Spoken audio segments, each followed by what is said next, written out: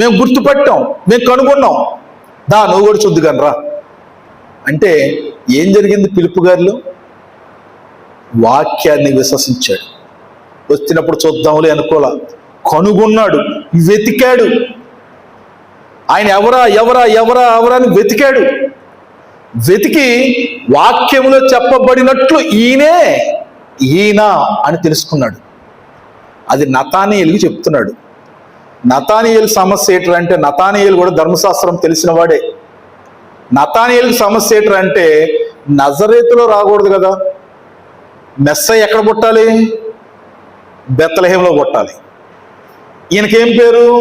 నజరేయుడైనా, అంటే నజరేతులో నుంచి వచ్చినవాడు, నజరేతు వాడు అనే పేరు.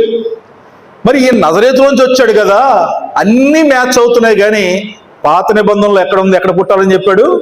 బెత్లెహేంలో. ఈయన బెత్లెహేంలో పుట్టలేదే అని వెతుకుతున్నాడట, కాల్కులేట్ చేస్తున్నాడట, నమ్మట్లేదట. అన్నీ మ్యాచ్ అవుతున్నాయి యేసుక్రీస్తుకి, కానీ ఈ ఒక్కటి మాత్రం మ్యాచ్ అవ్వట్లా అని అనుమానిస్తున్నాడట. అనుమానిస్తే పిలుపు అన్నాడట, నేను చెప్పడం కాదులే, వచ్చి నువ్వు చూడన్నాడట. అతను యేసు దగ్గరికి వస్తుండగానే యేసు అన్నాడట నతానీయేలు చూసి, ఇతడు నిజమైన ఇశ్రాయేలు. ఇది తెలుసా? చెప్పిన మాట నమ్మేవాడు కాదు, వాక్యములో ఏముందో, మనుషులు చెప్పాడు నమ్మడు, వాక్యములో ఏముందో చూసి నమ్మేవాడు ఇతను. దేవునికి స్తోత్రం.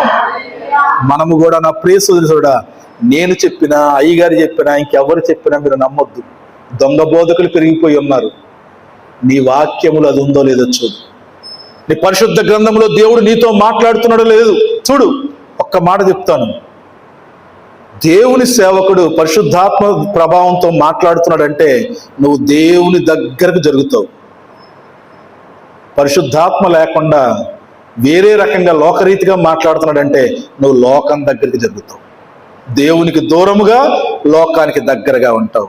అదే దేవుడు నీతో మాట్లాడుతున్నాడు, పరిశుద్ధాత్ముడు అయ్యగారితో నీకు మాట్లాడుతున్నాడంటే లోకానికి దూరముగా దేవునికి దగ్గరగా జరుగుతుంది. దేవునికి స్తోత్రం. ఇది గమనించు, ప్రతి మాట వినొద్దు. పిలుపు చెప్పినా నతానీయేలు వినలేదు.